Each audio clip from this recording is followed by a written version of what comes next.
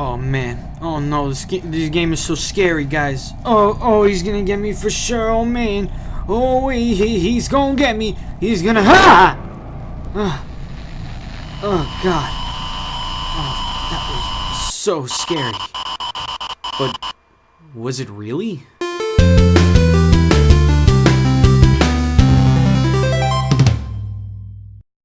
Hello, my well-esteemed guests. My name is Bottles, and welcome to Controller Input, where whoever is hosting that show puts their 2 cents on something that's on their mind that has to do with gaming. And today, I'm talking about indie horror.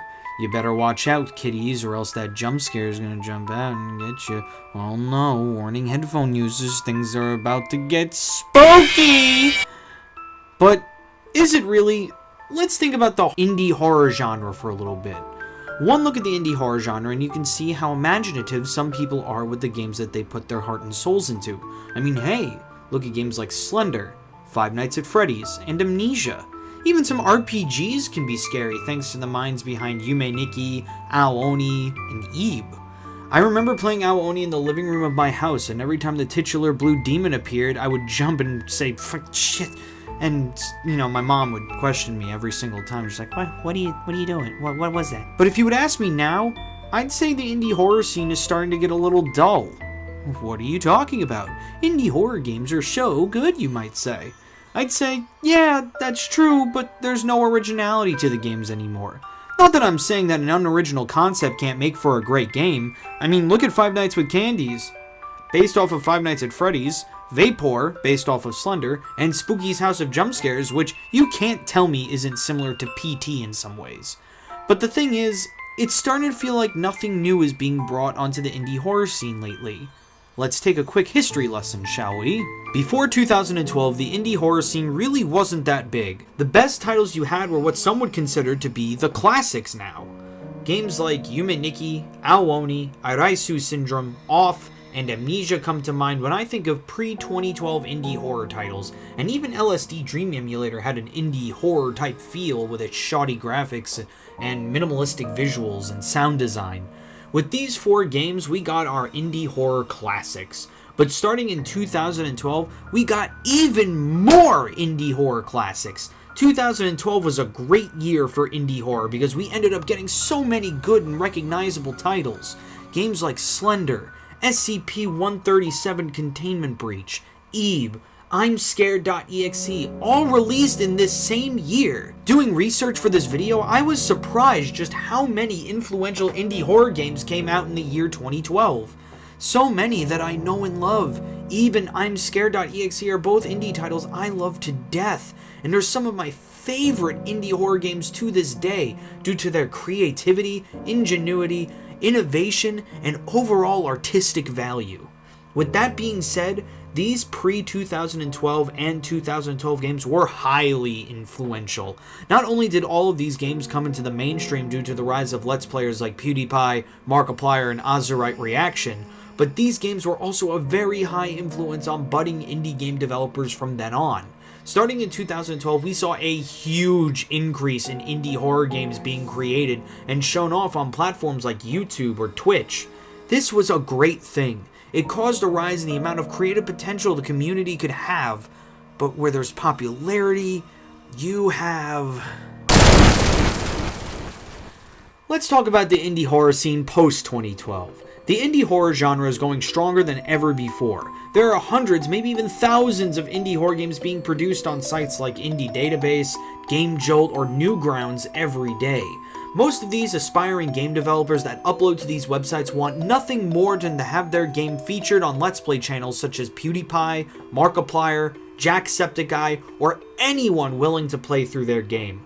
What better way to get your game noticed than to take an already established formula and use that in your next game, but add a new twist to that. There's nothing wrong with being inspired by or even ripping off another game, as long as you are careful and original about it, adding your own twist. Do whatever you want, but if there's one thing that was swarming the internet and even Let's Players content during the years of 2012, 2013, and 2014, it was what most have called the Slender clones. Let's think about some of the games that Let's Players have played that year. Vapor, a game where you're being chased by a monster and you gotta find objects.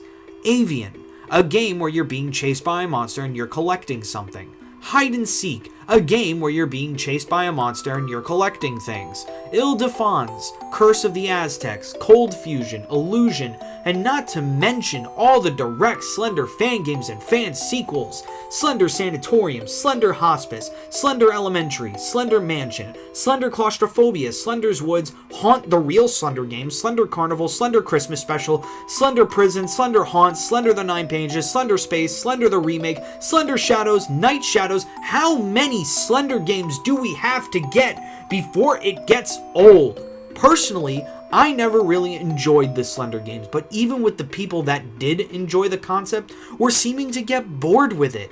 I mean, those were only the most popular Slender fan games there were. There were millions of mediocre and even bad Slender clones. Check out our Let's Play of ShrekPit2.exe to see an example. The community was oversaturated with these kinds of games, and on the RPG side, things weren't much better. A lot of those RPGs tried to either be Yume Nikki or Eve, and very few of them were either creative or interesting. The only RPG horrors that come to mind that I really enjoyed were Witch's House and Desert Nightmare. The indie horror genre became stale and unoriginal, and people wanted more. They wanted something original, and something original is what they got.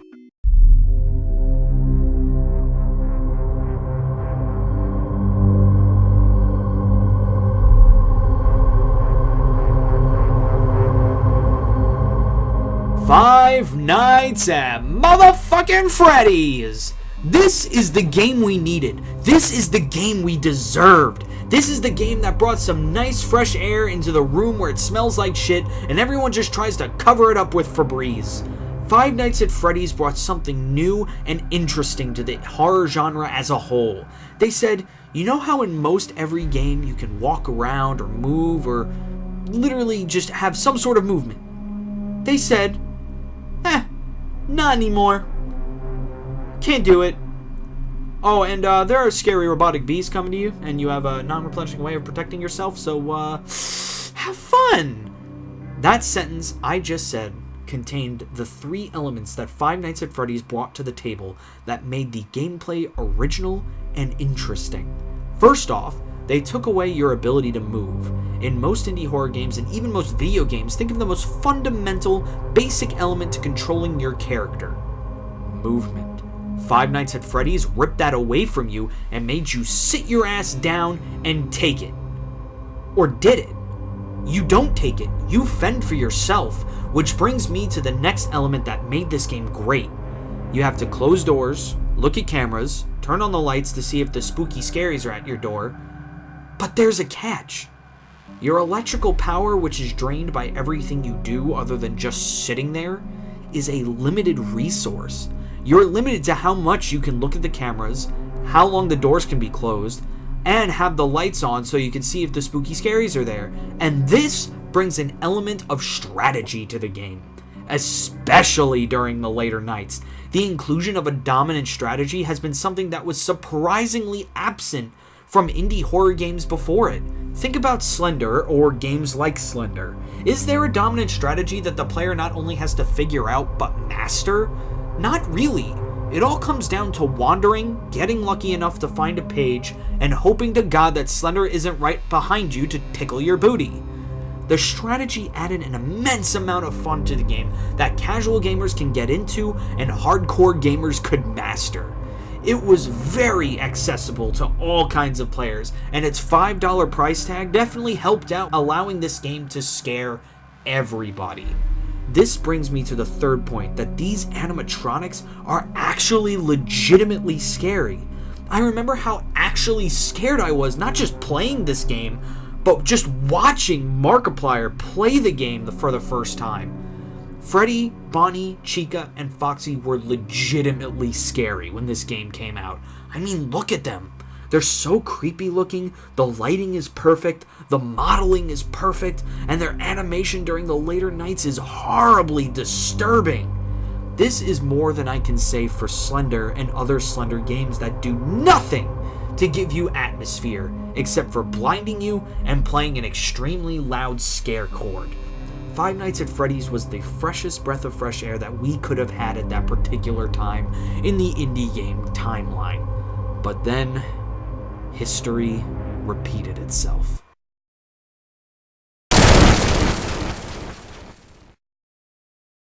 Five Nights at Freddy's was the breath of fresh air the indie horror genre needed, but where there is success, there are the ripoffs and fan games. Five Nights at Wario's, Five Nights at Candy's, Those Nights at Rachel's, One Night at Flumpty's, Five Nights at Sonic's, Five Nights in Anime, Five Nights in Bikini Bottom, Five Nights at the Chum Bucket, and the countless fan-made prequels and sequels to the Five Nights at Freddy's franchise.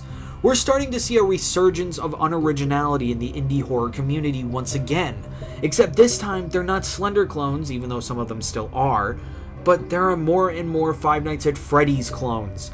Hell, if you go on GameJolt, they have an entire hashtag dedicated to just FNAF fan games. I'm pretty sure not even Slender had a whole hashtag dedicated to it when those clones were popular. But Bottles, you may be saying, not all of the indie horror games coming out now are Five Nights clones. In fact, a lot of them are having you move around a scary environment as the story unfolds around you. So, history is not repeating itself. Really? It's not? Well, that game you just described sounds awfully familiar, doesn't it? A game where the story takes you on a journey, and as you walk through it, the scares and story unfold around you. Kinda sounds like PT, doesn't it? Ah, shit, now we're ripping off the AAA scene too. Games like Layers of Fear, Repeat, The Park, and so many others that repeat the PT formula. Listen, on a very serious note, throughout this video I've been very critical about clones and ripoffs of games like Slender, Eve, Five Nights at Freddy's, and PT. And I want to make this entirely clear before I go on. Just because a game is inspired by, or even blatantly rips off another game, that doesn't mean that it's a horrible game automatically. Hell, some of them are my favorite indie games, like Vapor, One Night at Flumpty's 2, and Layers of Fear. Just because I rag on it for being an unoriginal idea doesn't take away from the quality of the experience that the game brings.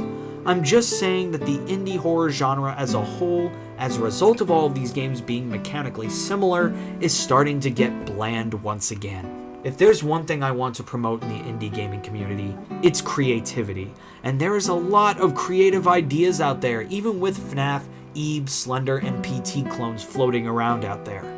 The thing I want to put across to you guys is that I don't want the indie horror game to hit the slump that it hit from 2013 to 2014. I want the indie horror genre, and hell, indie games in general, to flourish like it did back in the beginning of 2012, where original, amazing storytelling techniques were the norm of the genre. I've been in love with the genre since I played Irisu Syndrome and I'm Scared.exe, and I want to see more creative ideas like those. I'm not a game designer, so I can't offer up any solution, but that's where I leave it to you, the indie game developers out there.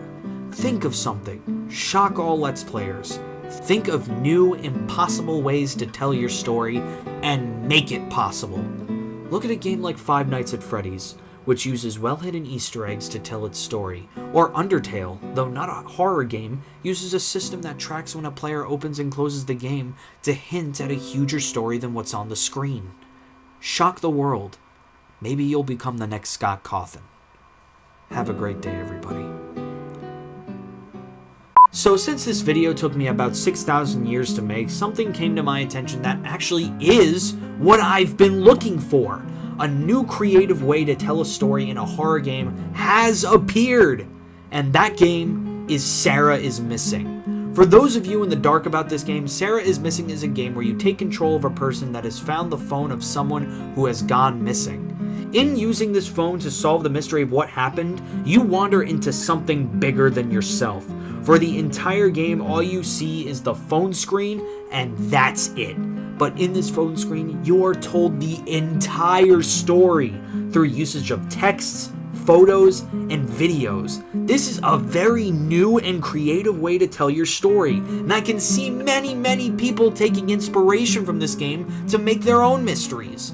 If you'd like to play this game, please, please, please support this game by going to the itch.io page in the description of this video.